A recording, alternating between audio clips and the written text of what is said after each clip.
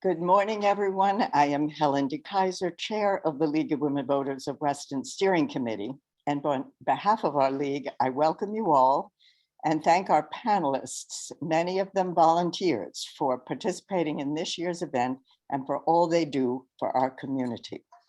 Speak Up began in the early 1990s and from the outset was envisioned as an open town hall style forum, bringing residents together in an unscripted civil exchange with town officials to learn about what's happening, ask questions, hear answers, share concerns, and spark potential solutions. A word about the League. We are a nonpartisan political organization of women and men that encourages active and informed participation of citizens in government and greater understanding of public policy issues through events like Speak Up, candidate debates, and other public forums on a wide variety of topics. To find out more about our activities, view our publications, including the online guide to the annual town budget process and our regularly updated Know Your Town directory, which I'm updating literally in the next 2 weeks yet again. And to join us, please visit our website at LWVCT.org.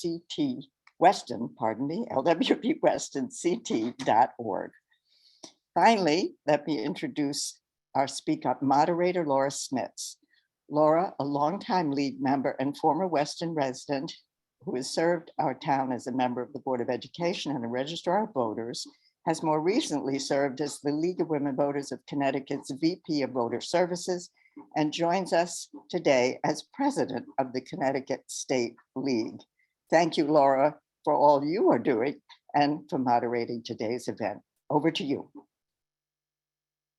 Thank you, Helen, and welcome everybody to, we don't know how many years, we're thinking 30, the annual Speak Up.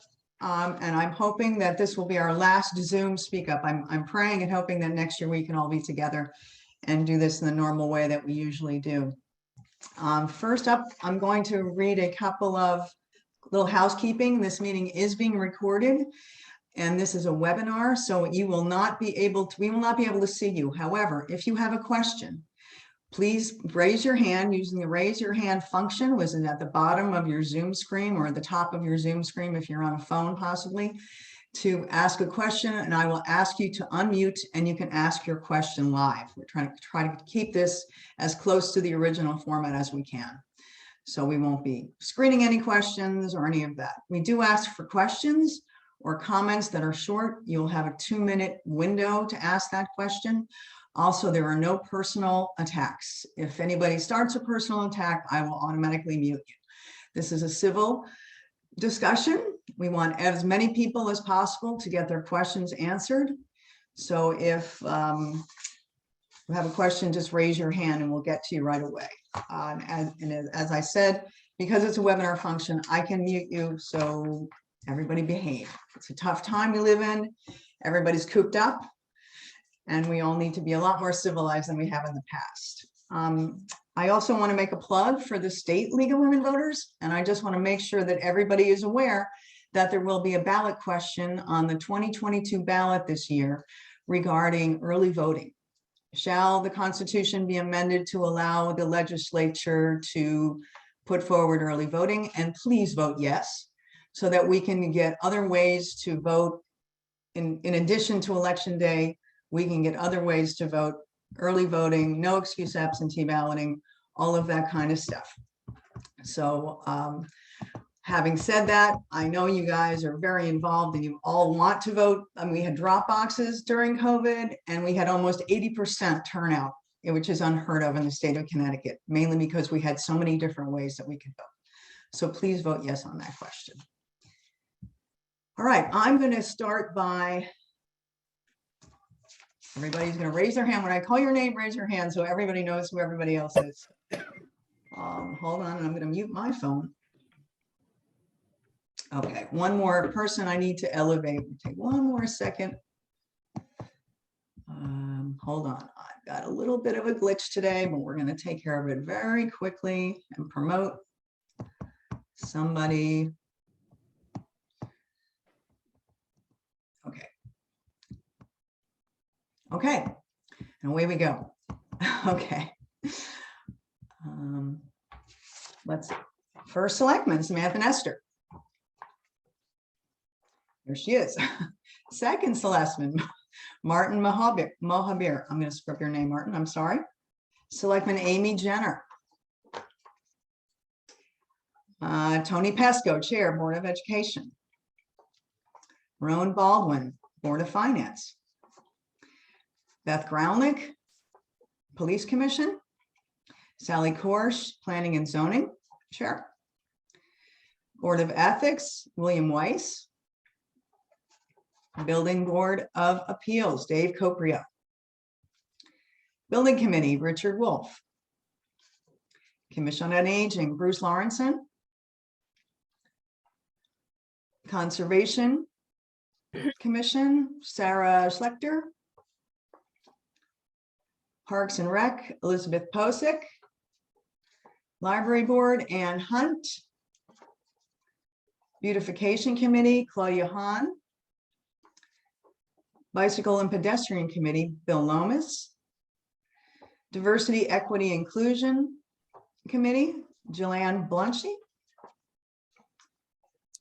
Facility Optimization Commission, Rick Bertese.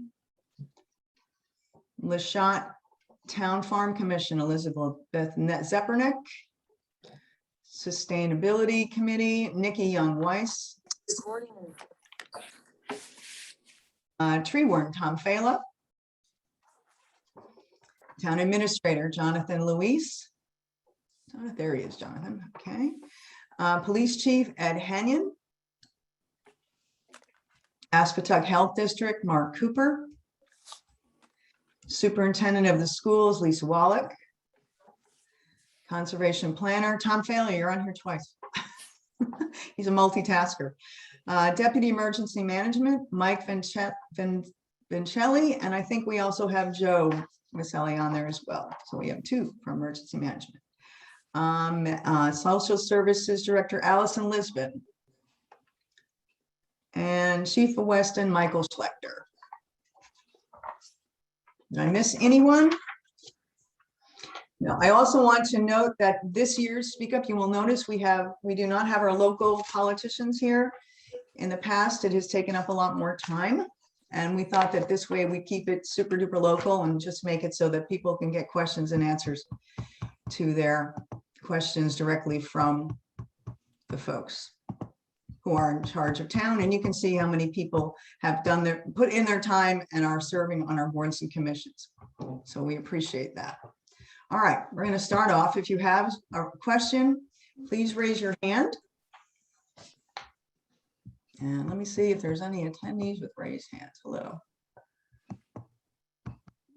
Okay, not seeing any yet. I'm going to ask one of the general questions put to us by our own Margaret Wurtenberg. Are we ready?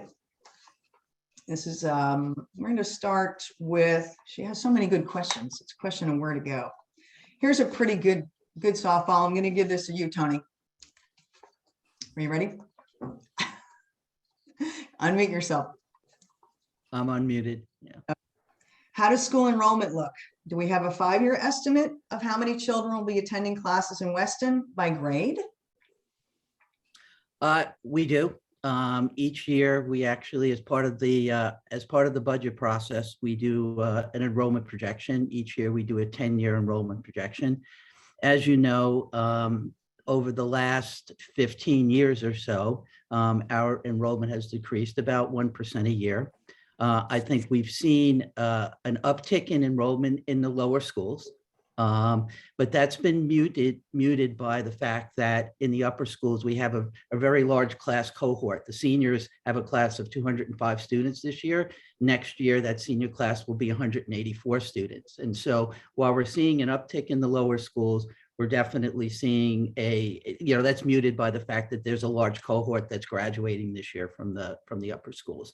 Still yet to be seen in terms of what we've seen in housing and how that translates to the uptick in enrollment over the next couple of years. The demographers are finding it really hard right now to actually be able to accurately assess what they think the projections are going to be in the short term.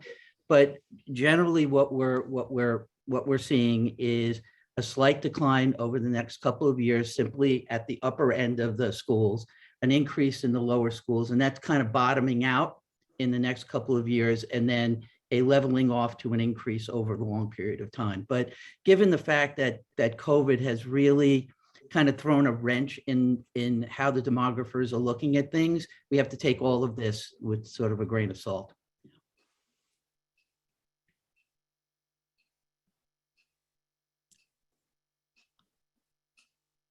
You're muted.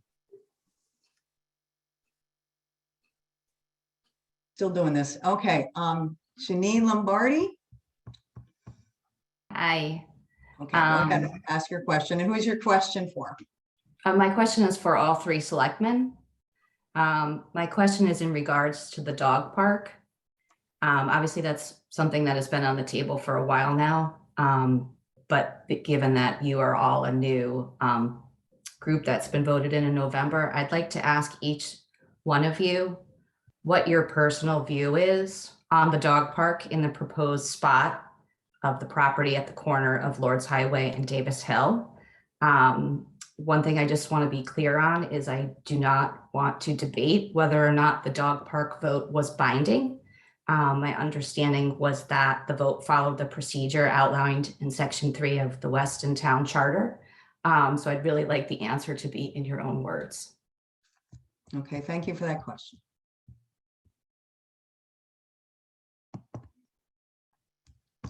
Samantha, do you want to take that one? Okay, I forgot to turn off mute. Do you think after all this time? You would. I thank you so much for your question.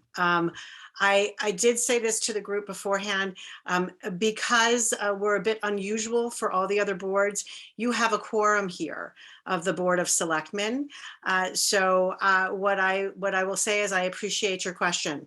I will also say that this is my third term on the Board of Selectmen, and I have been elected to the Board of Selectmen previously. So I just want to put the caveat in that I am not a new member of the Board of Selectmen.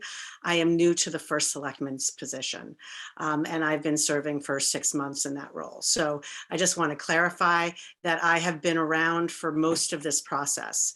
That being said, I've been very clear that after 6 years and a town vote, the dog park going through all of the appropriate town commissions and prevailing in litigation, and also prevailing through litigation of an appeal that was dismissed.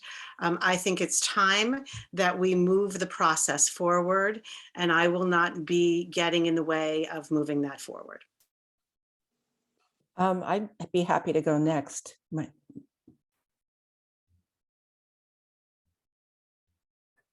Go ahead, Amy. Okay, I just wanted to make sure it was okay. Hi, I'm Amy, and I am new to the board, but I'm not new to the issue. I've been a resident in the town for 18 years. I want to start out by saying I love dogs. I have 3 of my own. I actually have a small business about dogs, more of a hobby than a business, but I love dogs, and I like to do good things for dogs. But I think what we have here, I know that it's been 6 years since the vote was taken and nothing's been done. But what we have right now is the benefit of 6 years of additional information. And what we have now that we didn't have then is a codified plan of conservation and development. We have an affordable housing plan. We have sidewalks being built downtown that are going to connect things. And we have a town green being built and a town center. And we were just talking the other night about the connectivity and the importance of the connectivity of the community. And I feel that a dog park, this is my personal view, that's what you were asking for, is a dog park would be better served, located more centrally to take advantage of all of that connectivity. Imagine, if you will, a dog park where you could then just walk to the town center and get a cup of coffee and walk over to the town green. It seems to me, when we're trying to build this connectivity, to then put a dog park a couple of miles away from the center of town might not be the best decision 6 years later. And that's my personal opinion. Okay, thank you very much. Next question comes from Dear Duran. who's- Actually, let me- Martin Okay, has a hold on. time. Okay, so we're not finished with this topic. So go ahead, Mark. Sorry. So, I mean, it's clear to me that this has become an emotional issue, and quite frankly, I can see why. This issue has labored for 5-6 years. To be very blunt, I feel some degree of angst as well. I almost wish that previous administrations had gone away and found the financing to have it built the dog park, or at the very least conduct the necessary steps to make this a binding decision. One of the things that I've come to learn is that the fact that the vote that was cast is not binding means that it's up to the selectmen to decide whether we kind of go forward with it or not. And I choose to kind of go forward with this. I feel as though I almost feel obligated that we need to get something done here. To be very blunt, I am for a dog park, and perhaps not for the necessary reasons that have been rendered. It's not lost on me that we all have our 2 acres, and that Fido has plenty of room to run around in our backyards. But I do believe that, personally speaking, some of the best conversations I've had have occurred in dog parks with people who I probably never would have interacted with. And so, in many ways, I feel our town needs that degree of connectivity again, given what COVID has caused. And so I think the dog park is an amenity that can make that happen. I will say this though, and I kind of saw this when I got involved with the LaChatan neighbors issue, and it's very easy, I think, to label objecting neighbors as simply inherently entitled. I think it's very easy to say, it's a NIMBY issue. But when I see that there was 798 votes that were casted against the dog park, I also feel that the town needs to make a kind of a good faith effort, if you will, to protect these neighbors. So one of the things that I intend to do is to ask my fellow select colleagues here, if you will, when we get into session, is that while we're moving the dog park towards its current design and built, I do think that we owe it to kind of look at a plan B and look at some alternatives, maybe ideas that were not revisited back in 2017. As Amy says, with the passage of time, things change, and maybe have a viable plan B option. I think it's just good common sense. It's something that needs to be done, but we need to get this done. Okay, thank you very much. Okay, we're going to move on. There's a couple of hands are popping up. We also have a couple of questions in the Q&A. If people prefer to use the Q&A, that's fine too. This is a question from Robert Schaff. I believe this is probably directed toward the chief. What is Weston Police doing to stop racing on Weston roads? Cars accelerating from 0 to 50 plus miles per hour, where the limit is 30, in seconds with their engine backfiring, extremely dangerous for pedestrians walking their dogs, etc. Accidents will happen. And he also asks, what is the status of the sidewalk project? So Chief Hennon, you want to take that one? Sure. I can discuss the speeding project. The sidewalk project is certainly not in the police realm. Speeding, anecdotally, speeding around town since the pandemic, and this is not just Weston, it is the entire state of Connecticut. Motor vehicle crashes are up in the state. Fatal accidents are up in the state of Connecticut, extremely high over pre-pandemic, and the state is looking at reasons why that's happening.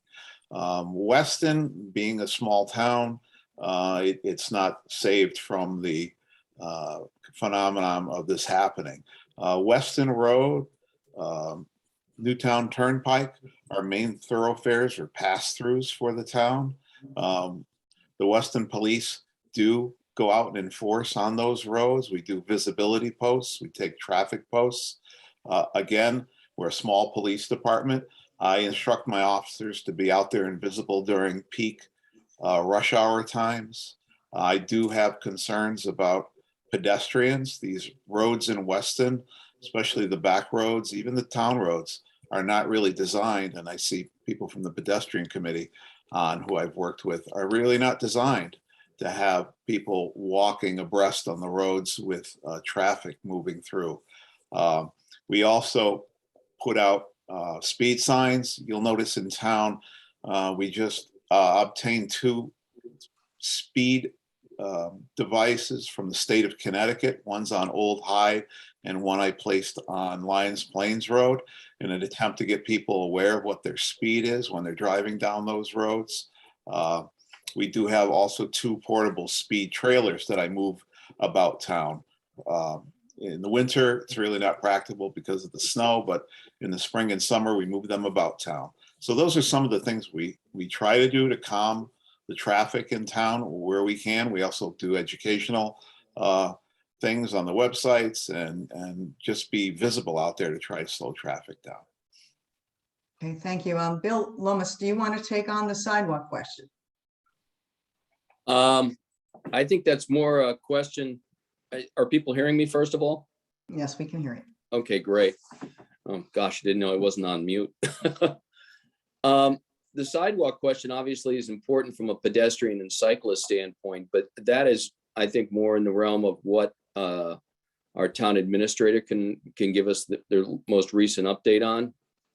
From a pedestrian and cycling standpoint, of course, it's something we look forward to having and would love to have, obviously signage appropriate for both pedestrians, cyclists, runners, and whatnot. The pedestrian and cycling committee is really one looking towards increasing an understanding in town of just what individuals doing those things can do in relationship to our traffic in town. And I can tell you, Chief Henyon and his board have been very, very helpful in getting additional signage up in town.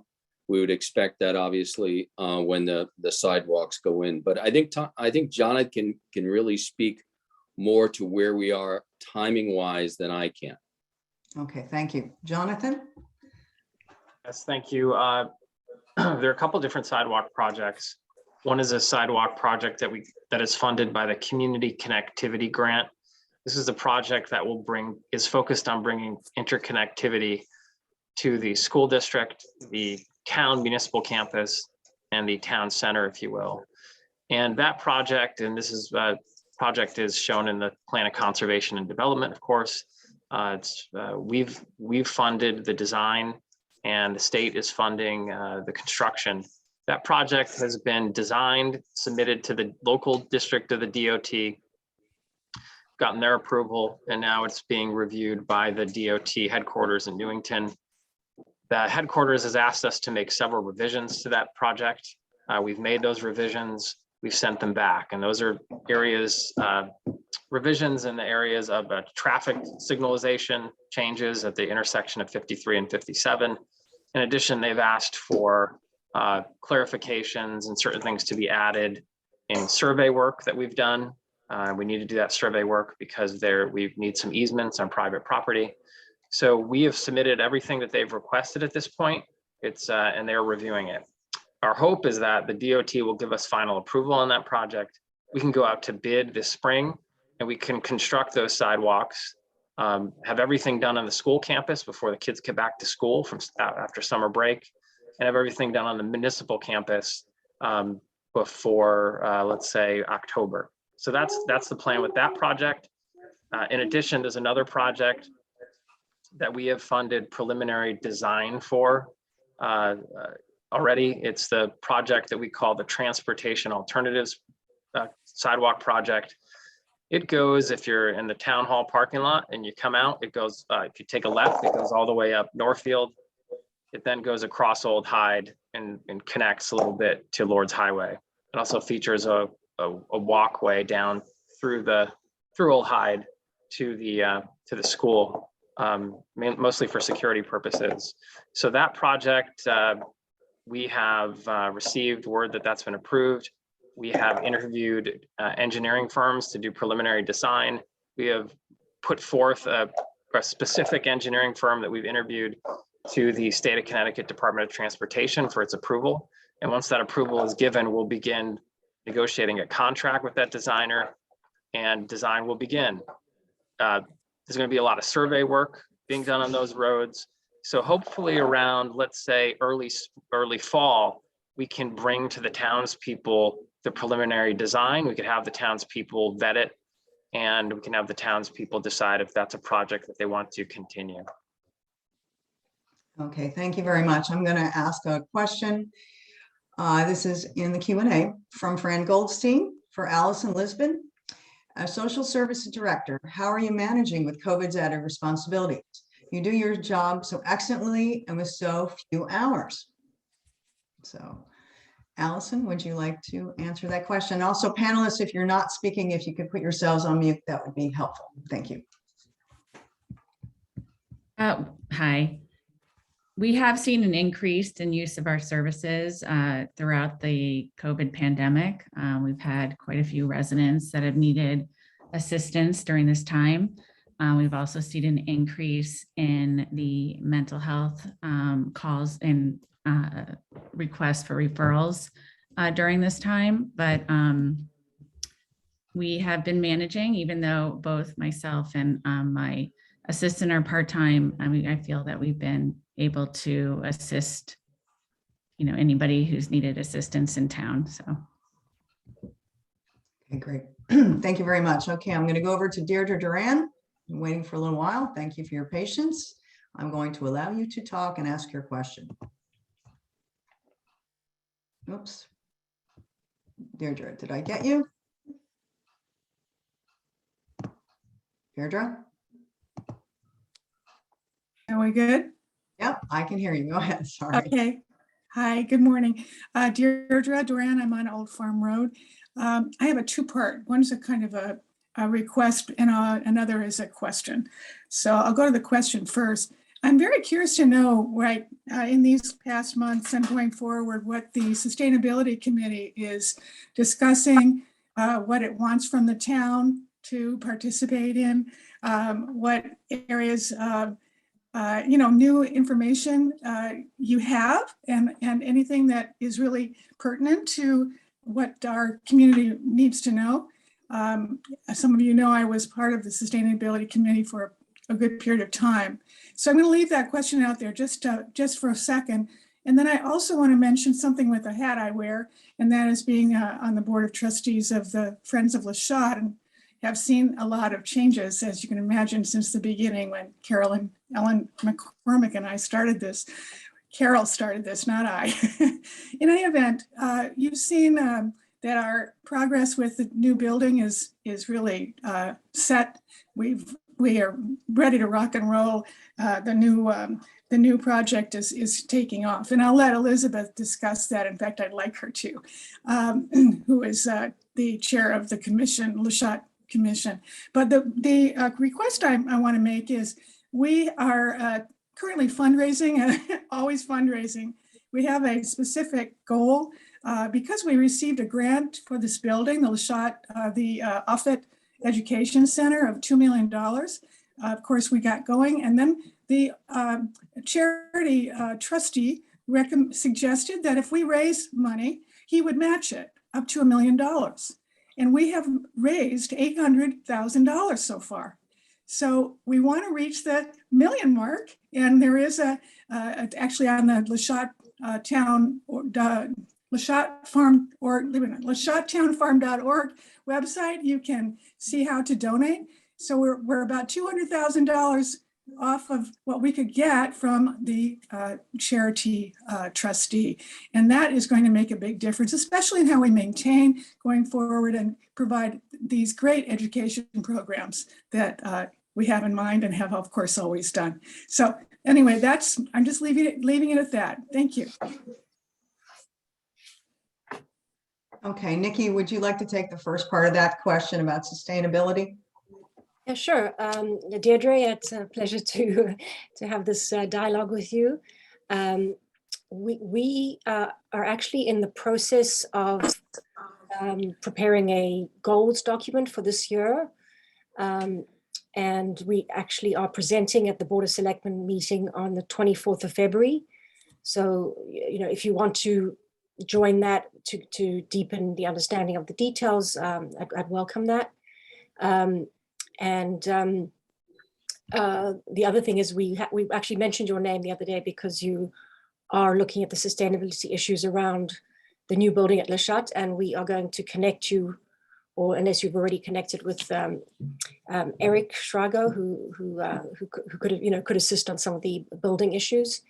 And anyway, so that's specifically, for that project. But in terms of the general goals, we're definitely, trying to pick up from, where Amy left off, Amy Kalafa, when she left last year. We have a very strong committee. Everyone is very involved in specific projects and making concrete progress. So it's very encouraging. As a overall vision for this year, we'd like to capitalize on the new Board of Selectmen's support of our initiatives. We've just felt an overwhelming sense of support, that these important issues are important to them. And I think most of all, they do understand that the issues are very multidisciplinary in nature. It's not, the issues are not just for the Sustainability Committee, but we have to cooperate with every single committee. And one example of that is the Sustainable Connecticut accreditation process. You may remember, well, most of you know, as residents, that obviously you know, Deirdre, we got the bronze accreditation a few years ago. Last year, we applied for the silver accreditation. We missed it by a few points. It was a matter of, documentation. So we're going to, so that's our first step, to fix the silver application. And we will submit that again in April. But just to say, each of the actions that's on the Sustainable Connecticut application, can be related to one committee or commission specifically. For example, one of the main actions that they wanted us to undertake this year, or catch up on or report on, was diversity and inclusion. Number 2, affordable housing. If you didn't submit actions on those 2 action points, you could not submit your application. So just to give you a sense that it's more than just energy issues and green issues. It's about a healthy health of our town from cultural as well as environmental point of view. So so that's a big step. The second step, just for Sustainable Connecticut, would be to apply for the gold accreditation, and that involves a few more actions that we haven't undertaken yet. So we're going to start working on those. A lot of it is to do with training. It's some very basic things, and there are a bunch of training opportunities that Sustainable Connecticut offers to the towns, the municipal committee and resident perspective. So we will be going through some training, setting up training for selectmen, and other other stakeholders in our municipality. So that's important to us, and Sam, Martin, and Amy have been very involved in that, and actively pushing us to get all this done. Then the third large goal is really to cooperate with the neighboring towns more.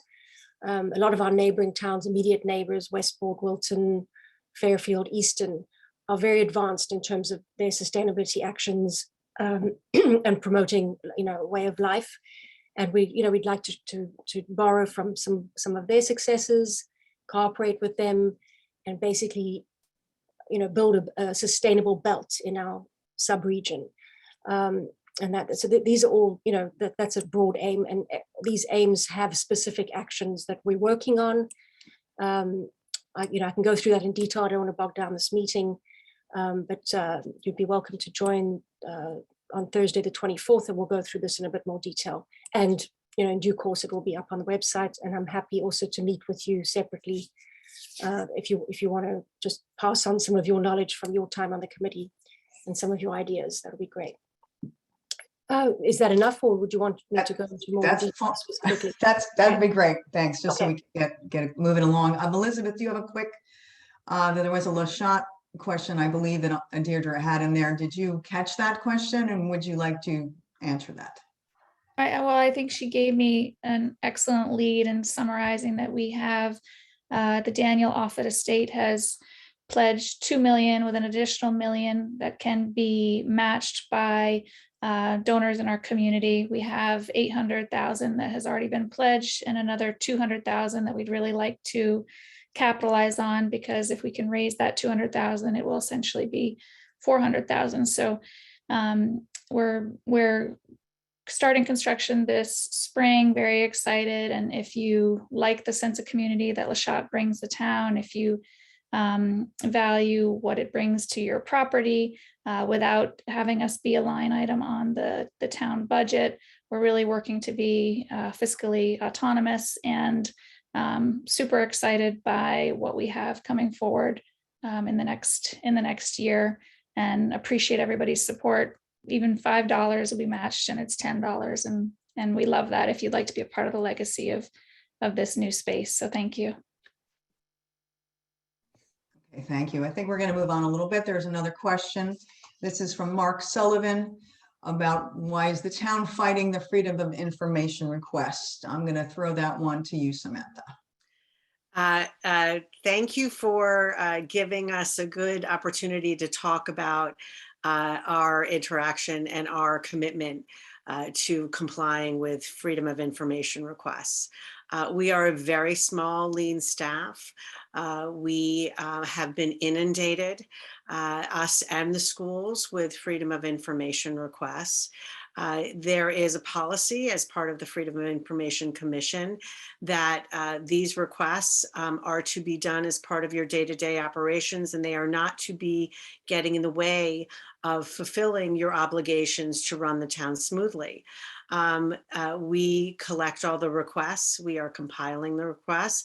In fact, we take this so seriously, the Board of Selectmen at our last meeting approved the adjustment of hiring a documents coordinator so that those requests can be administered independently.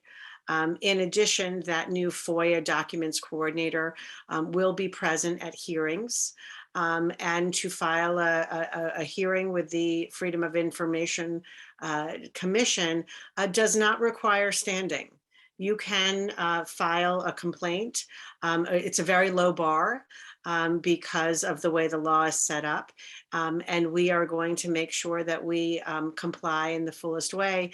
And we also have to be assured that we keep the town running smoothly and that people are able to do their work. I think Tony can also respond to this, but we have had a voluminous amount of requests. We have had these requests, they are not all the time clear, and they are often repetitive. So I do want to make that point also to hit home. Tony? Yeah, I don't want to give anyone the indication that we are fighting it. I think that every citizen under the has a right to request information under the Freedom of Information Act. I think it's really a matter of making sure that the town understands the financial burden that might place because of the number of Freedom of Information Act requests that we're having these days. I mean, it's a sign of the times. We have to comply with it. And it's going to require some resources so it doesn't get in the way of the normal, like Sam said, the normal operations of, in our case, the schools. Okay, thank you. We're going to go over to another hand raise. Elena, I'm going to allow you to talk, to ask your question. You've been waiting patiently. Thank you so much.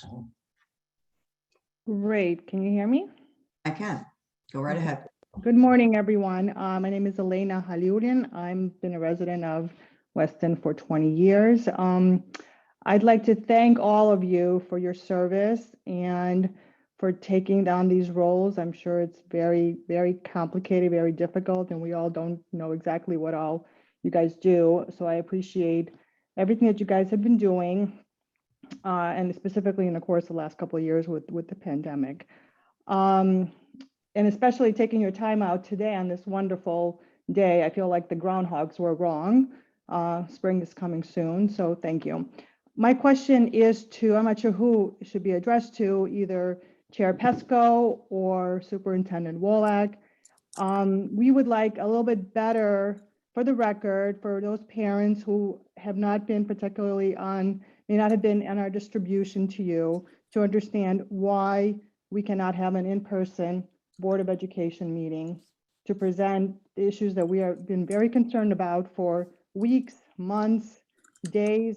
We've seen nothing but deflection, excuses, process issues. So I'd just like to open the floor for you to kind of comment on it for those parents who have not heard what you had to say or have not seen what you had to write.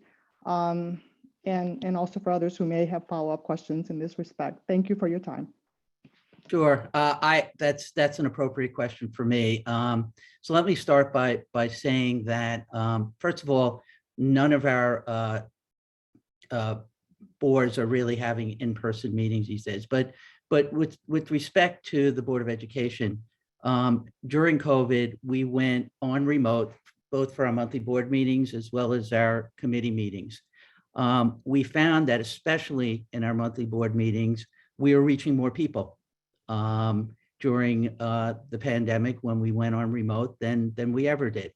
So several meetings ago, we had an agenda item where we had a discussion as a board as to whether we wanted to go back in person or not. We had a discussion, and it was consensus amongst the board that we should stay in remote for our monthly board meetings and our committee meetings, simply because of the fact that our participation was greater. The technology was such that when we're in the middle school, it's really tough to hear everyone. And quite frankly, we rarely had many people versus what we, had participating on Zoom. So the decision was made to stay in remote. What has happened, simply because of the fact that that the governor has actually came out last week to talk about sunsetting of the mask in school issue. All of a sudden, there was a huge demand for having an in-person meeting. I basically, made the decision that that we needed to stay in remote until we had that discussion about going back to an in-person meeting at the board. So on Tuesday at our monthly board meeting, there will be an agenda item to again discuss as a board whether we want to stay in remote or we want to go back to an in-person meeting. Hopefully that gives everyone on the call some sense of the process that we went through, why we went on remote, why we stayed on remote, and we welcome that discussion on Tuesday. We will have it, and perhaps we will go back to in-person in the future, depending on that discussion we have with the rest of the board members.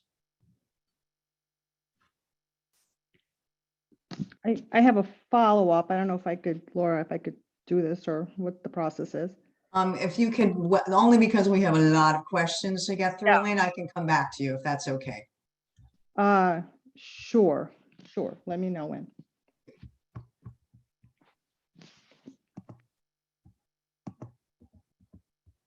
Sorry. This takes a lot longer than it does in person.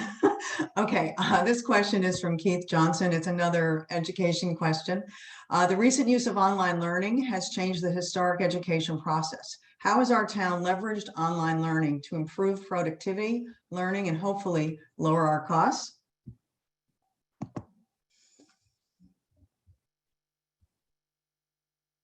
Tony, you're muted.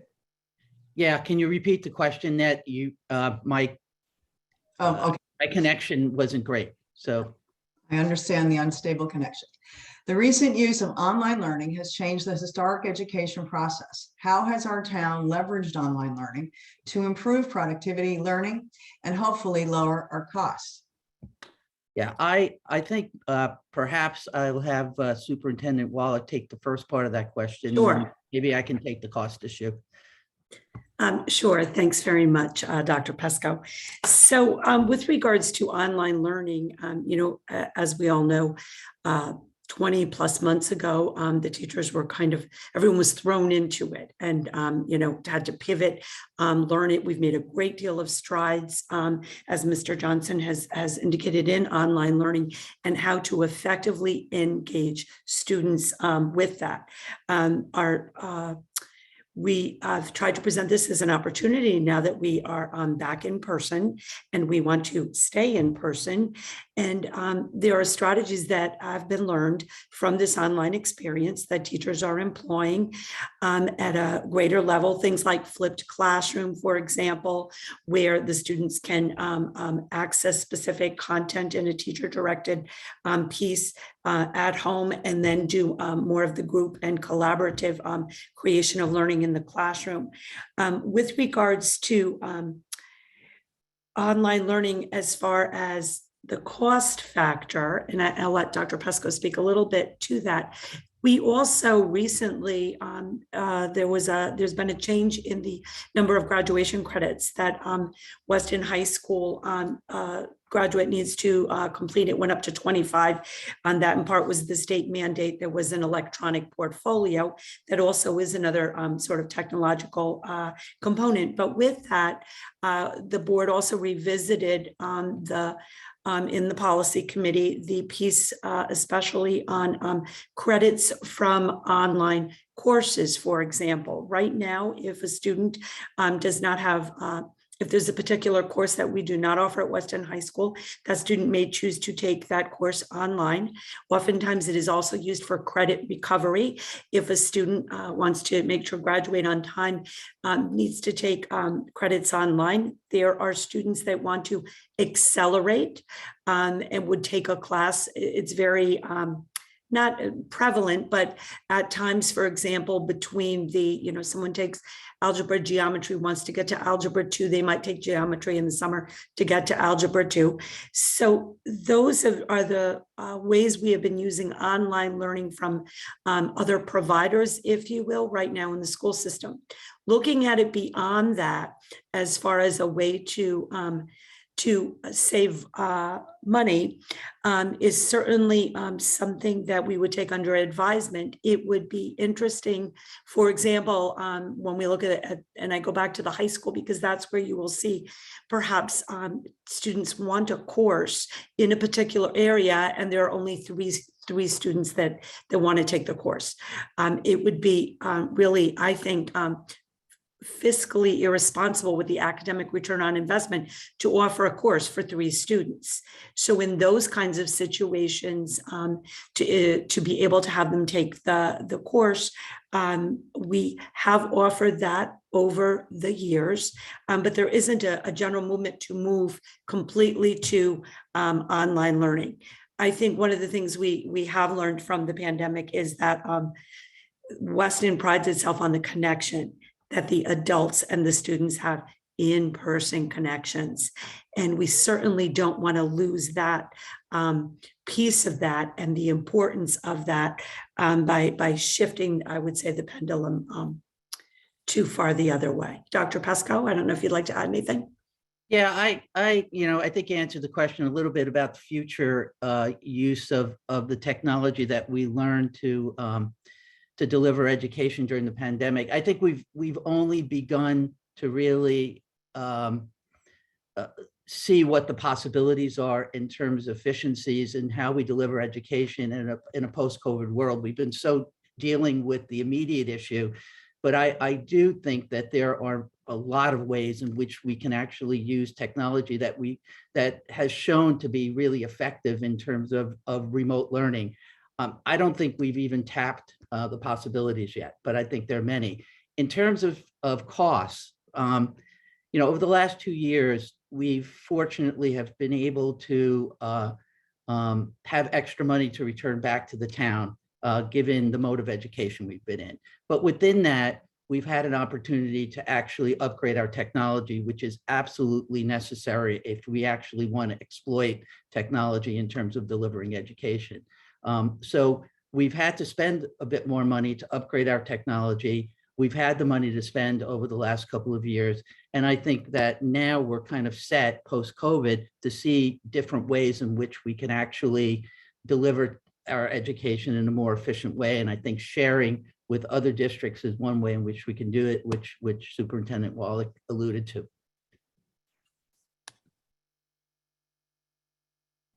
Okay, thank you. We're going to move on. Ellen Crafts has been waiting patiently and has her hand raised, and I'm going to allow you to talk. Ellen, go ahead.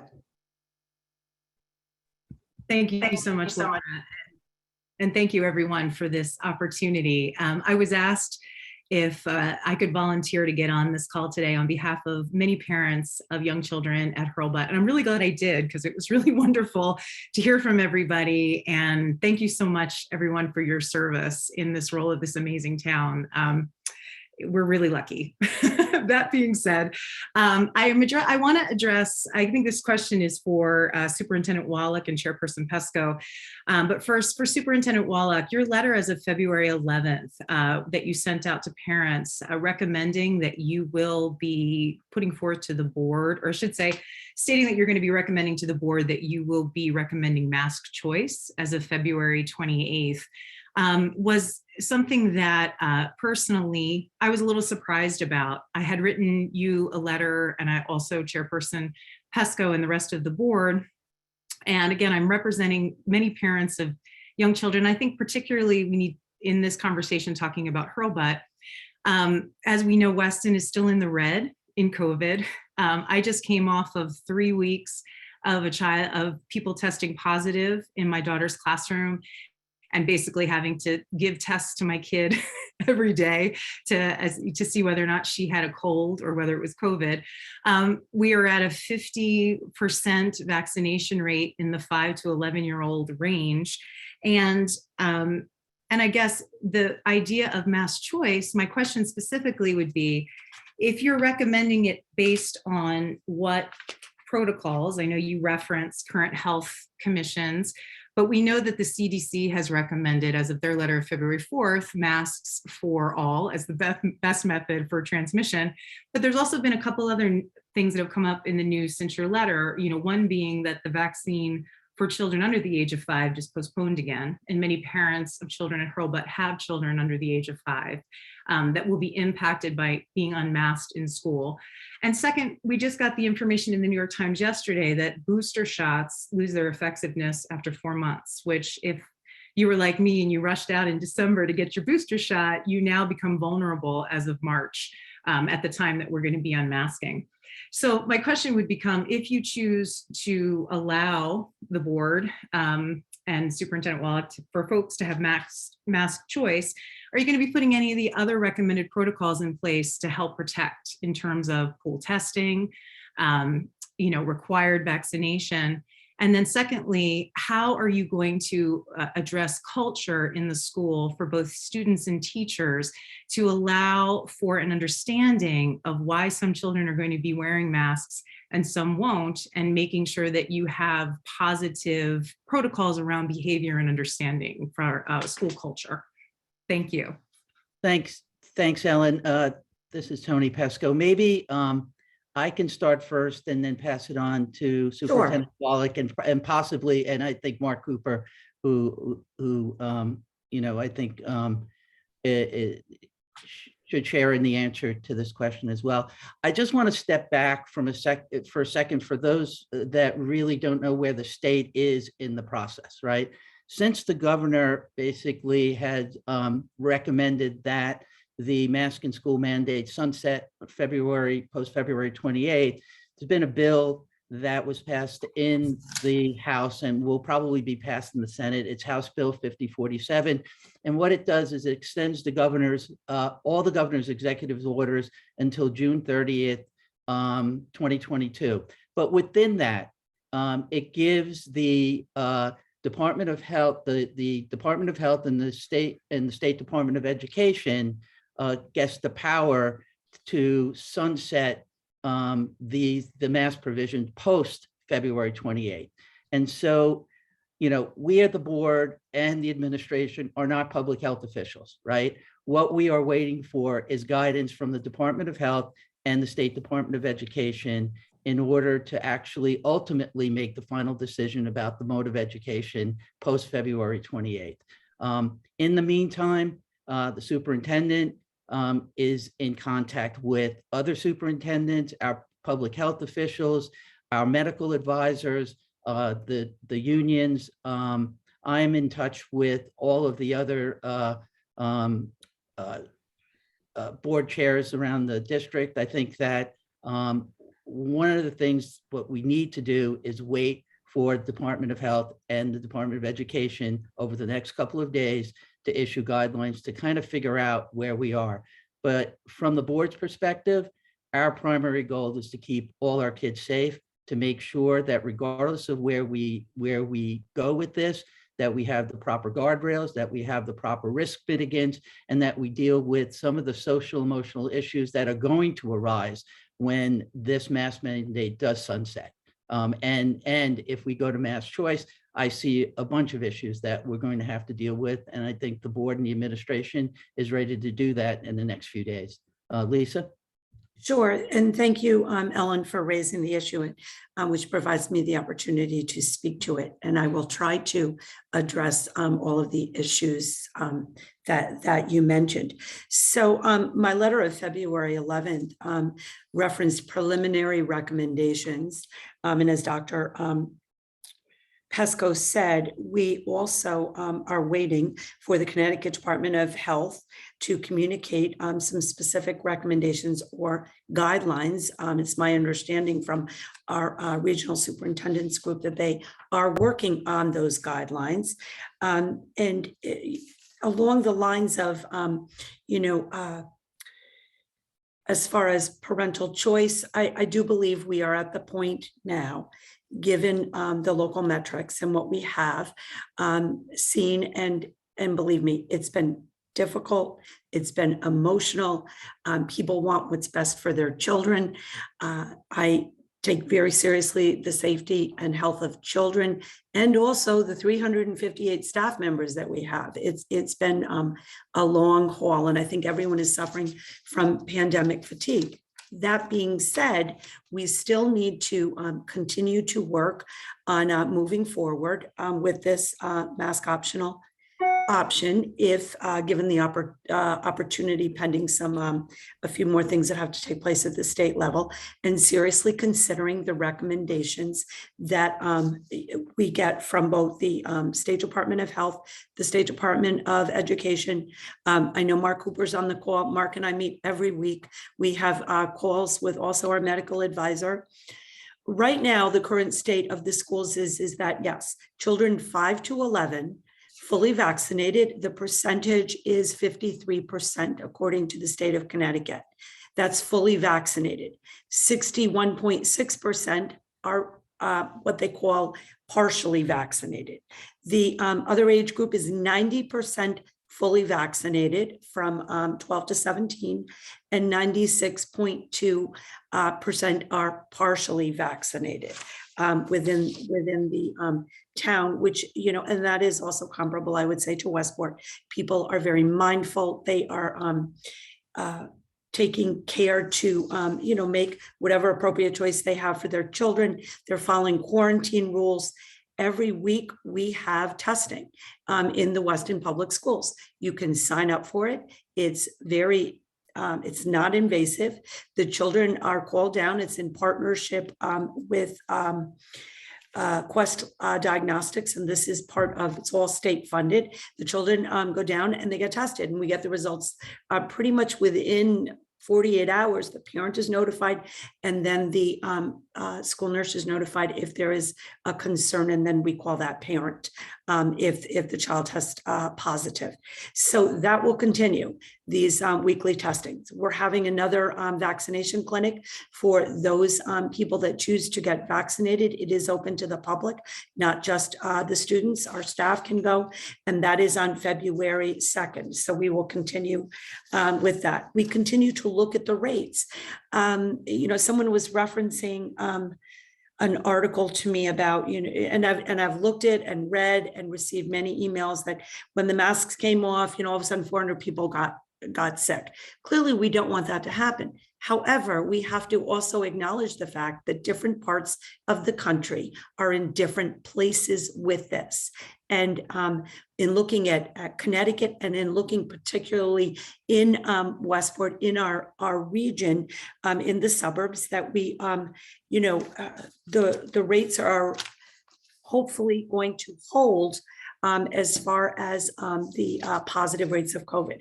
Right now, we have 7 students out of, let me read the exact count, I don't want to mistake, 2,226 students. 7 students right now are positive with COVID. We have 2 that staff members that are on quarantine. That isn't necessarily because of a situation in school. They are on quarantine because, it's around, it's in the community, people get exposed. So those are really much better numbers than we have seen.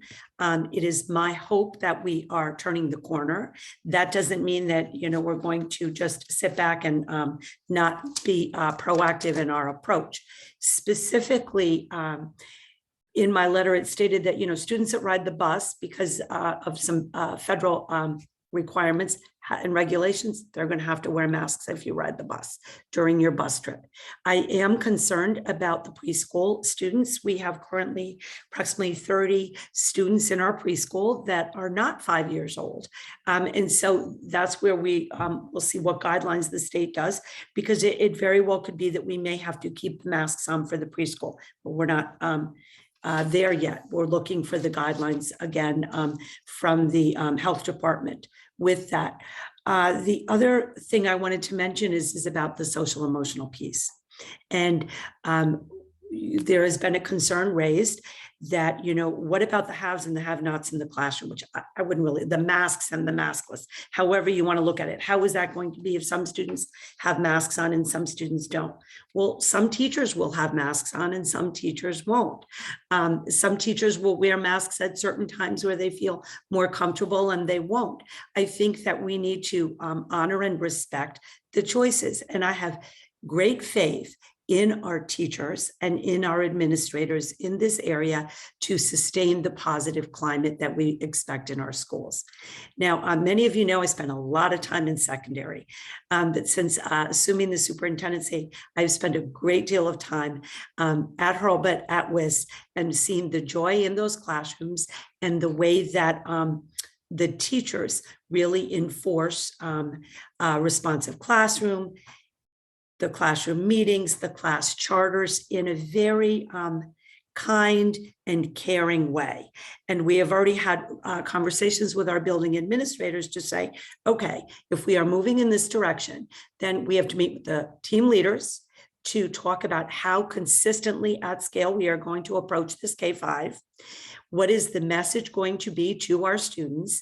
And if you go into those classrooms all the way up to K-8, I want to just read a little bit from one of they all have class charters and the children write them. And one of the class charters at the WIS says that everyone feels respected, included, and proud. We will strive to be good role models and always try our best. We will encourage each other. So the foundation is there. It's up to the educators to be able to build on that foundation, to not see someone's choice with mask choice as a negative. We also do ruler and the whole social emotional piece and the different colors, and like the little children at Hurlbut will say, the librarian asked the children, if someone is really struggling in a situation, what do we do? And this little girl said, we want them in the green. If they're in the red, we'll let them go first. We'll help them. Out of the mouths of babes. I hear this and it really warms my heart. And I believe that with proper planning and using and leveraging those pieces in the schools, all the way up to 8th grade. I mean, all the way up in 8th grade, I was the middle school principal for a while. There are signs in those schools that say things like, see the good in other people and support others. These are platforms for those discussions. And I would also add that it takes a village, as we all know, and children take their cues from the adults. That's the teachers the administrators, also the parents. And if we are really trying to help children process this, then it behooves all of us to take the time to explain it in a way to our children that doesn't create fear and divisiveness within our community. You know, we are a community. We are a community through COVID, beyond COVID. Hopefully, that will, you know, continue to taper down.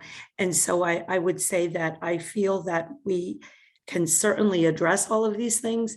And one thing that we learned in COVID was how quickly our staff can pivot, can change course with regards to, you know, a rule needs to be changed at the school, or we need to look at something a little bit differently of how we're handling that. The idea is to get ahead of that, to have a plan of how to work with the children, and then to move forward. Thank you. So I think we're going to. I hope that covered everything. I hope I didn't ramble too much. Thank you. I'd like to close this question out with Mark Cooper because he's our health district person. Mark, do you want to go ahead and add your 2 cents to this discussion? Sure. You know, as Lisa just tried to explain, it's a pretty complex situation. And as people know, the CDC and the state health department still continue to recommend masking and vaccinations and all those other strategies that we are pretty familiar with to reduce the risk. Every time we undo or stop doing one of those strategies, the risk of getting COVID, or maybe more importantly, having the more severe outcome of disease, hospitalizations or death, increases. And people have different levels of risk aversion or acceptance. Some people are concerned about just getting out of bed in the morning, and there's other people that jump out of bed and can't wait to put a parachute on and jump out of a plane. Some things that most people, sane people, might think would be a little extreme. We are watching COVID daily. We're seeing very good numbers at this time. We think this COVID Delta wave is over. We've been plotting this now for 2 years, and we see a definite seasonality to our COVID infections. And it does look like we are entering a period where COVID will be very low transmission. For example, just from Thursday to Friday, the number of new cases in Weston was just 1. Which is a very good thing. And we're also seeing most of the transmission is happening in social occasions, social situations, not in the schools. So for those who do not want to accept any risk for COVID, and there's really never no risk, but to reduce as much as possible, people should continue to mask, make sure they're vaccinated, that sort of thing, particularly if they find themselves in situations where there's a lot of people. For the school situation, we're seeing the testing that is done in the school districts that we work for.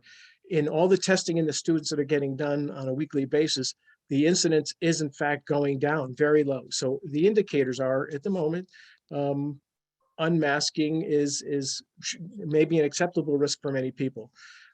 And I think that it's very important as we wait for that guidelines from the State Department of Public Health and CDC and the State Department of Education, that all the different acceptance of risk be honored, if you will, by people. There are, as was explained, some people will have to continue to wear masks in schools or on the bus or wherever it is, and they should have the same level of respect as those who want to take the masks off. So we are entering a period where individual choice is probably acceptable, but we will continue, the health district will continue to watch the metrics every day as we have been for 2.5 years. And if we see the level of transmission or level of concern growing in our area, we will certainly communicate that to the school educators and the leaders of our towns, and start suggesting they look at doing something different. So long as the incidence of transmission locally continues to stay low, let's cross our fingers and hope that maybe this is the last wave of COVID we'll see in a while. Thank you very much, Dr. Cooper. Okay, let's move on. Margaret Wurtenberg, this is a question for Jonathan. Will the pond at Bisegli Park be made usable once the pandemic is over? Pond is actually this past season, last summer, it was open to the public, and it's planned to be open to the public again this next summer. Great. That was easy.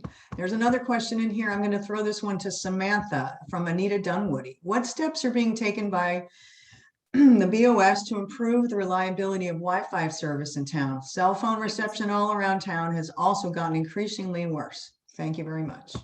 I'm not going like this because I'm happy about the reception being increasingly worse. It's that I like this question. We actually had our representative from Altice, which owns Optimum and provides all of our Wi-Fi service. She came to a Board of Selectmen meeting. It feels like ages ago, but it might have just been two Boards of Selectmen meetings ago. We did pose the question about having Wi-Fi, specifically because we are redoing our town green. And we want to be sure that there is free access to Wi-Fi and that it be good Wi-Fi when people are gathering in the areas with those sidewalks coming in and with the different programs that our people are doing and just, you know, getting out there. I will also say that Altice independently as part of the programming that they are doing, they are replacing all of the existing infrastructure that they have with fiber. And so what does that mean? That means that our Wi-Fi will be significantly improved. Their goal, they had a little bit of difficulty with supply chain issues, but their goal is to complete all of this. Saying rewiring is not the right word because fiber is not wire, but all of this revamping of our broadband systems and our Wi-Fi, that is to be done by the end of 2022. I think some of our townsfolk have noticed them doing this and unfortunately, sometimes it happens without warning. You will have a beautiful day and your cable and your Wi-Fi will not be working and you will be in a cluster. We are trying to avoid that, but that is them working on the system. They should be notifying the townsfolk and their users when that happens. What we would ask is if you are not notified, you let us know and we will, or you let Optimum know on your phone that has happened because they are trying. One of the conversations we also had with the representative was to prevent these situations in the future. But the answer is, Anita, yes, we are working on it. And hopefully when we break ground with the town green, that everyone will have free Wi-Fi that works on town green and you'll be able to access it on the neighboring fields as well. Thank you, Jonathan. Anything to add on that question? Hearing none. No. Okay, great. Excuse me. Okay, Peter Gordon. This question is for the LaShot participants. After an absolutely marvelous sledding / hot chocolate day event, are there any plans to expand winter play / winter educational activities on the property, such as an ice skating pond or reconstructing the old ski lift or winter habitat animal interaction? I'll take this one. Thank you, Peter, for the question. And I've heard amazing things and feedback about the most recent sledding that went on site. It just brings joy to everybody. So we'd love to see sledders there and encourage people to use this public space in that capacity going forward. We do not have immediate plans, although somebody, an advisor quite close to us, had brought up the proposal for an ice skating rink. That's not in the cards in the immediate, not something that we are considering or working on. The ski lift, we would love to have that up and running, and I'm a skier from Vermont, so I'm all for that. And you know, it's not going to be happening this winter, but it's something that we would like to have in the future. And if anybody in the community is interested in being a part of an initiative like that, then I would encourage them to reach out to us. And then the question about animal interaction, we do have our goats on site and we love visitors to come and visit them. We have scheduled times as well where you can go in and learn about their eating and their habitat and their care by one of our ambassadors who's trained in giving those tours, or you can just swing by and stop and reach over the fence to talk to them. We have our bunnies and our chicks. We don't have chicks yet, but we have bunnies who are going to be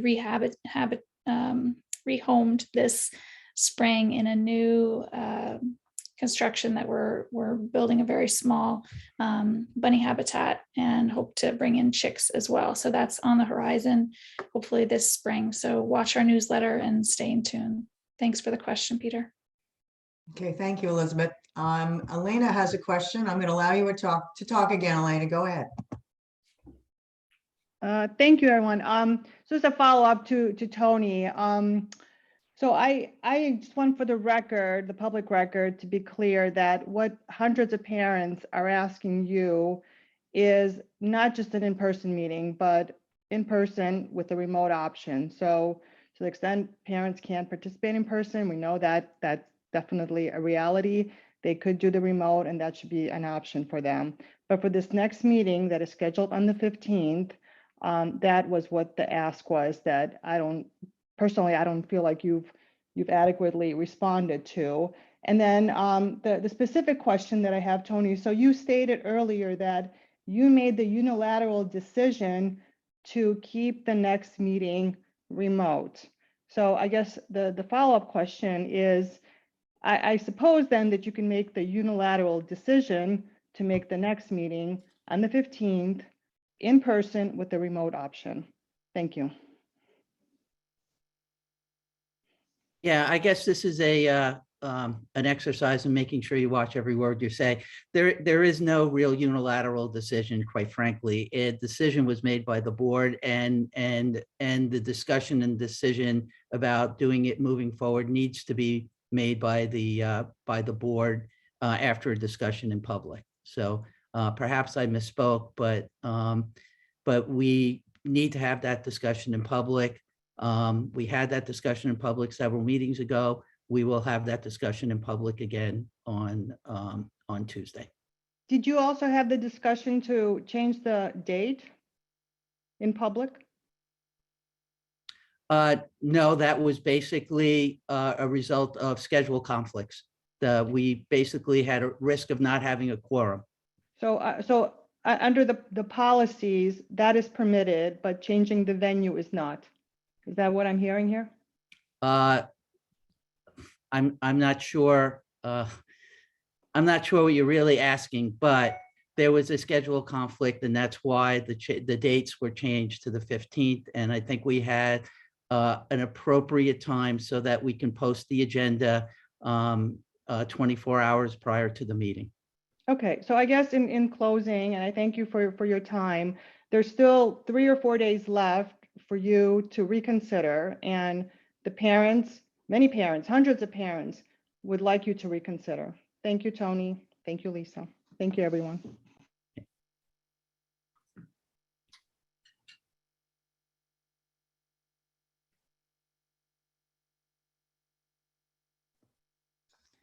Okay, I don't see any more raised hands. Couple of questions in the chat. Let's see. I think we're on the, I'm sorry, in the Q&A. Oh, there's another question just came up. I saw a hand raised. Where did it go? Bring back that hand. Okay, Nina Daniel, hold on 1 second. Is this the right person? Are you on the phone? I'm going to hope this is you. Is that you, Nina? No. Okay. No. All right. I don't know where that question went off to. Okay. I think everything in the chat has been answered. Anyone else have any questions? Otherwise, I have a few more. We have some more time.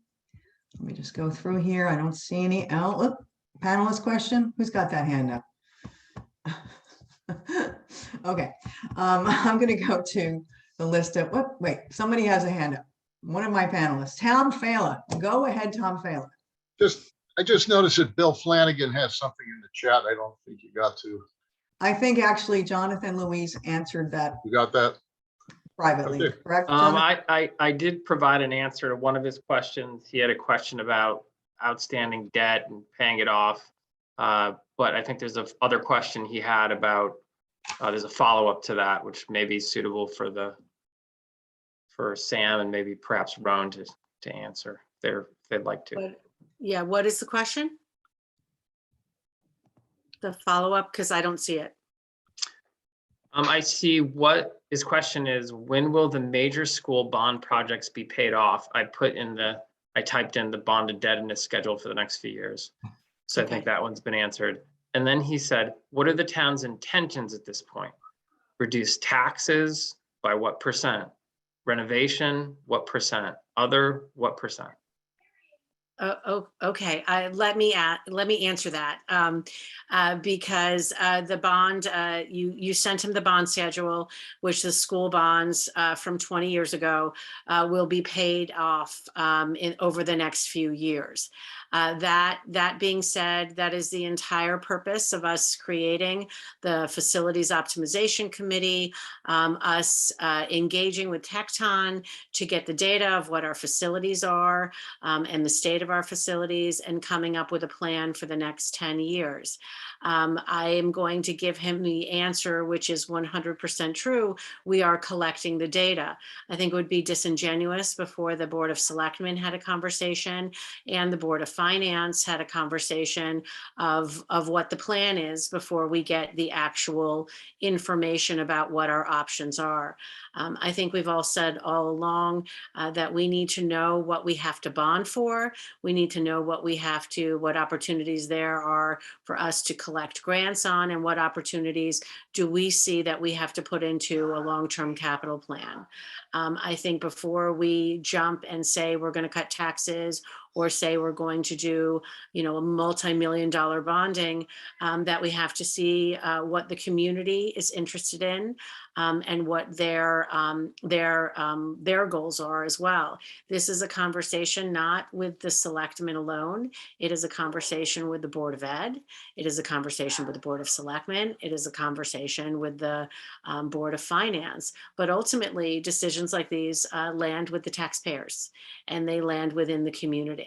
So that is one of the reasons why we created the Facilities Optimization Committee, so that these research programs are done fully in public. And in fact, we have our next public meeting is March 2nd. And most often, the Facilities Optimization Committee does meet every other week. When there are scheduling conflicts, sometimes that changes if they don't have a quorum or such. But I would encourage the person who sent in this question to attend the Facilities Optimization Committee community conversation on March 2nd. I will encourage the writer of this question and everyone else on the call to participate actively in our budget process, to pay attention. You don't have to be live in the meetings. We are recording them. But the month of February on the Board of Selectmen side, we are dedicated to having these conversations in the short term and also looking in the long term. I don't know, because this person isn't live. I don't know if he would like to have a dialogue with or hear from Rick Bertasi, who I believe is on this call, who is a part of our facilities, the chair of our Facilities Optimization Committee. Is Rick here? I believe he is here. Rick, are you there? I know you came on before. I don't know if you're still here. Let's check. I don't know if he's still here, Let's check.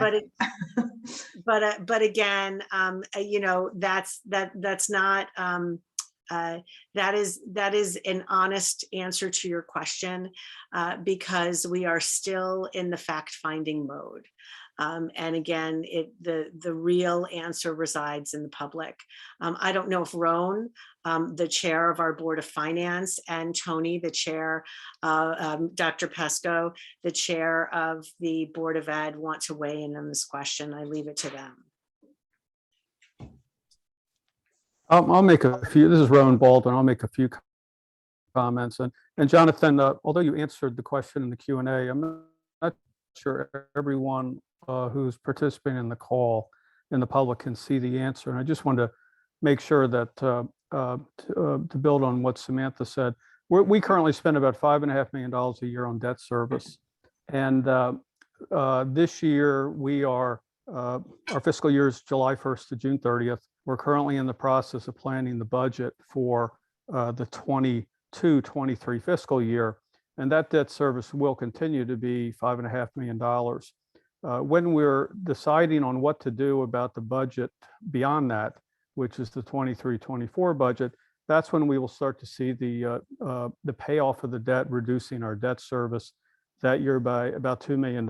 And then, as Samantha said, over the next couple of years after that, it will go back down to basically be paid off and go to zero. So that's the opportunity that's being created by the down of the debt.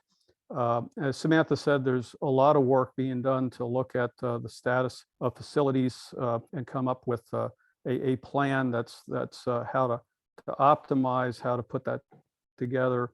But I also want to say that over the past couple of years, the town has stepped up its overall level of capital investment. We've nearly doubled the amount of annual spend that we put on our roads and road repaving. We have a number of other capital requirements coming down the road with respect to bridges, with respect to potentially the sidewalk project, with other equipment that needs to be replaced. And so the needs for annual capital spend beyond facilities is significantly greater than what we have historically done going back 4 or 5 years from now. To date, we've funded that sort of extra investment by using reserves off of our balance sheet. But based on what I think we're going to see in any 5-year capital plan, we're going to have to sustain the level of investment that we have. We can't keep doing that off of reserves off the balance sheet. And so some portion of this reduction in debt service, I think, is going to have to be used to increase our annual capital budget. And then beyond that, we have refrained from doing any bonding until we saw the payoff of our debt. As we see the payoff of our debt, as we discussed over the next few years, it then becomes the opportunity to look at more significant facilities investments. And as Samantha outlined in terms of that, the one thing that is still something that needs to be determined, and it's something that all the taxpayers need to be weigh in. But I think including the input of experts, is we are talking about tens of millions of dollars of investment needed over the next 10 years with respect to our facilities to keep them in a usable condition kind of standpoint with respect to that.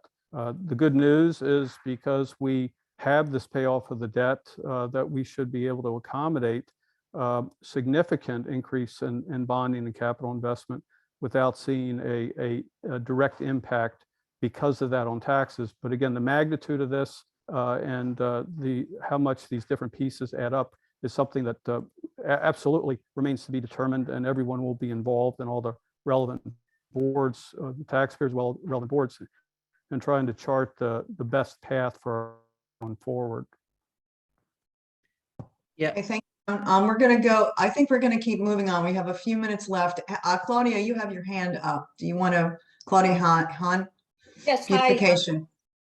Hi, I'm Chair of Town Beautification. I'm leading the fray into the renovation of the town green. But I'd also like to talk about the Jarvis Military Academy.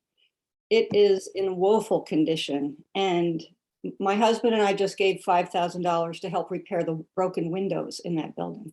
Part of that building is from the 1700s, part of it is from the 1800s. It's a jewel and it should be taken care of. And at least I'm wondering if we could please paint the fence this year, and the porch that hasn't been painted in 20 years, and the front steps have fallen off that building. It's embarrassing, really. You drive into town and that's the first thing you see. So I'm wondering, do we have the money to paint anything this year?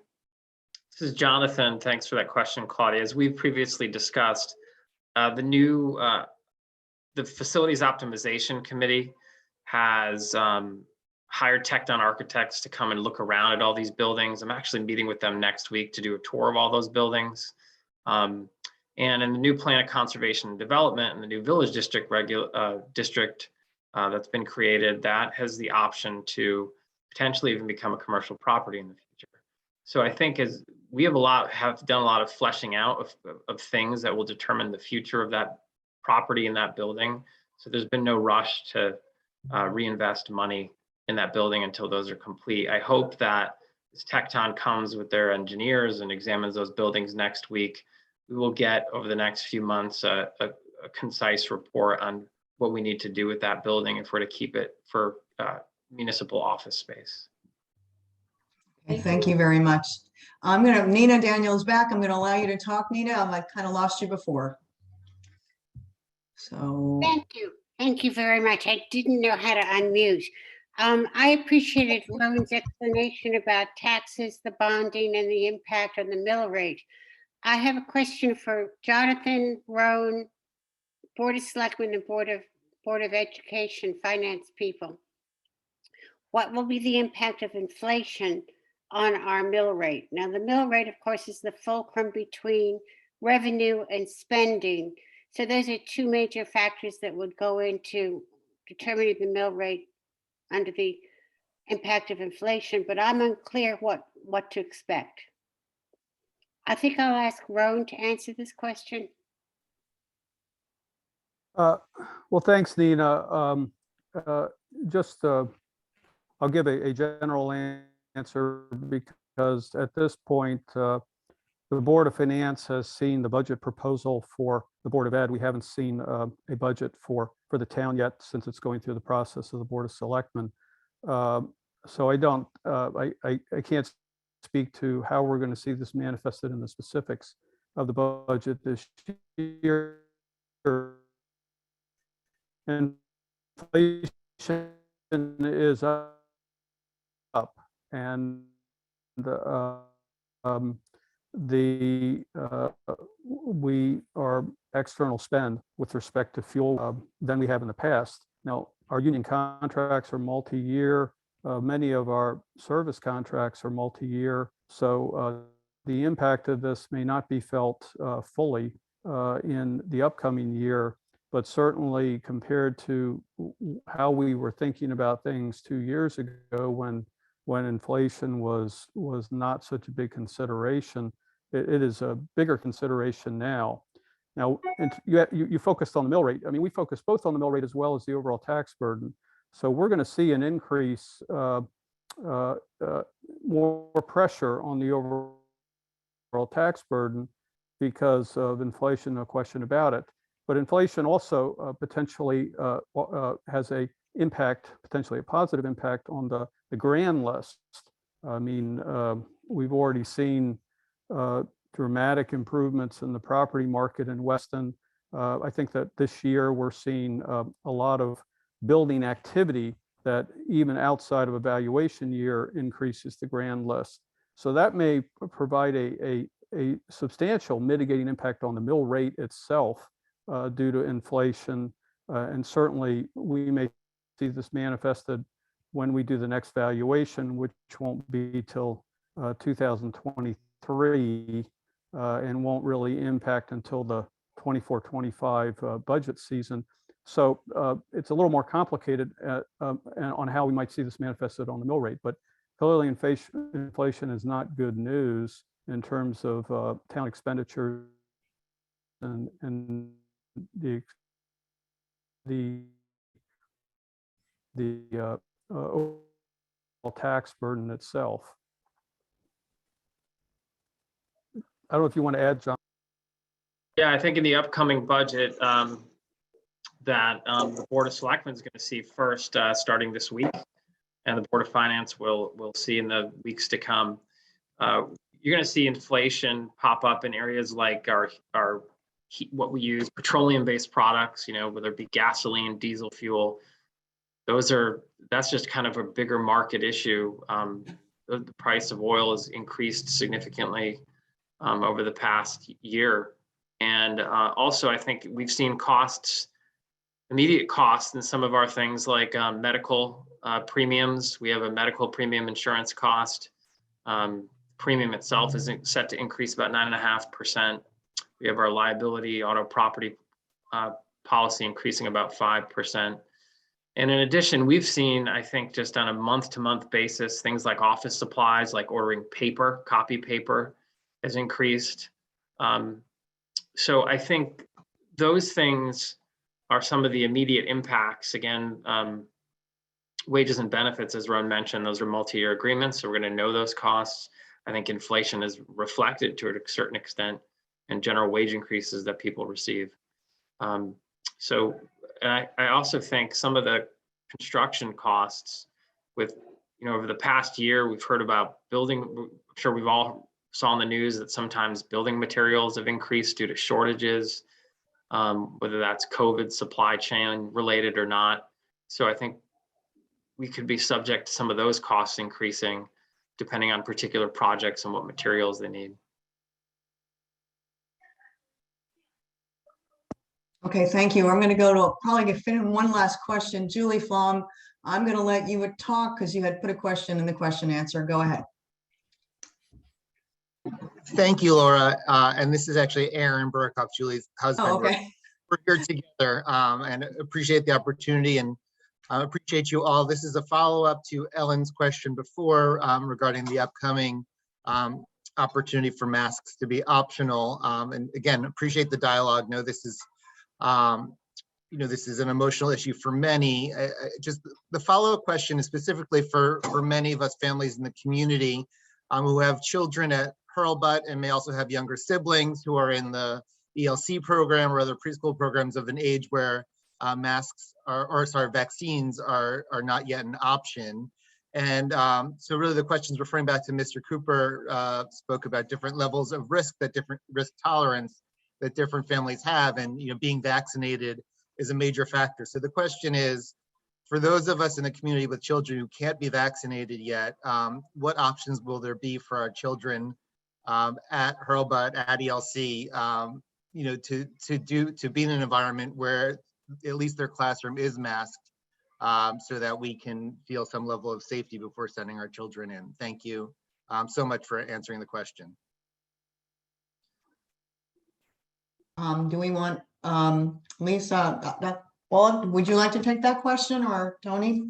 I think that was for Mark first, but okay. But it's probably Lisa can. Yeah, I mean, I can certainly start, and then Mark and Tony, if you want to add something.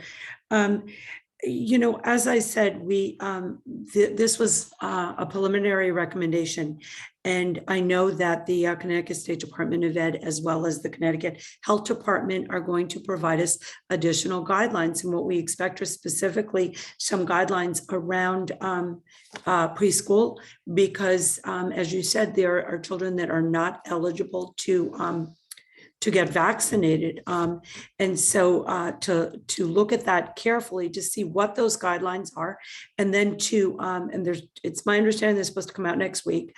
So we have some time to keep working on this, and then to look specifically again at Hurlbut with the grade level teams, the administrators, to take, of course, Mr. Cooper and our medical advisors' advice and recommendations of how we can ensure a certain amount of comfortability and safety for those children and parents, as well as, and part of that is providing them with very complete information about vaccination status within the community, within the age groups, to continue with the testing and all of that, and any other mitigating strategies that we deem fit. I know that there are families that are concerned, and in working hopefully collaboratively, that we will have a plan, especially for those very young children.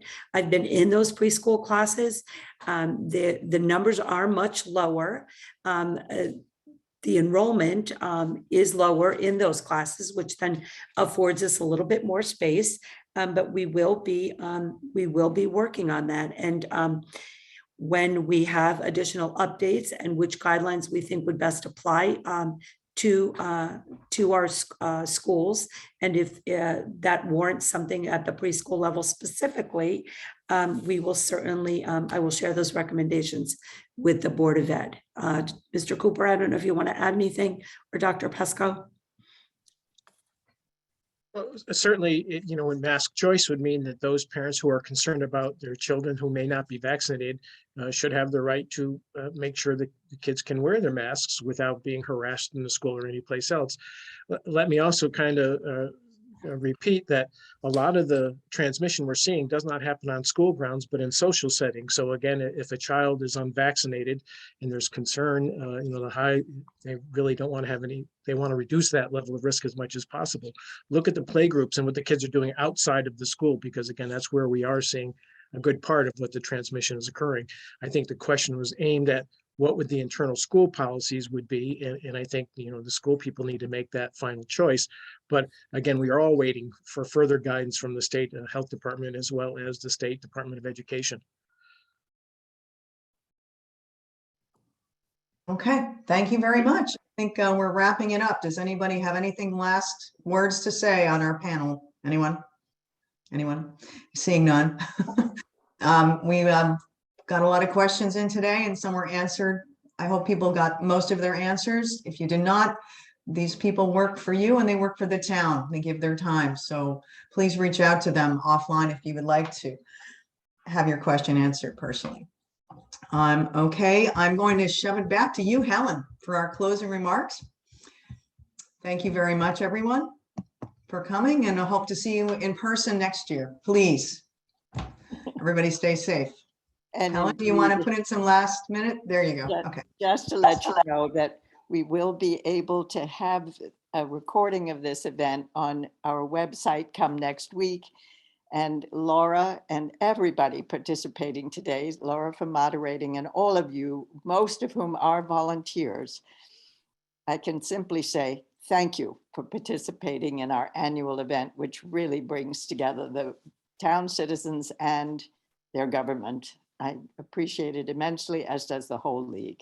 Thank you all.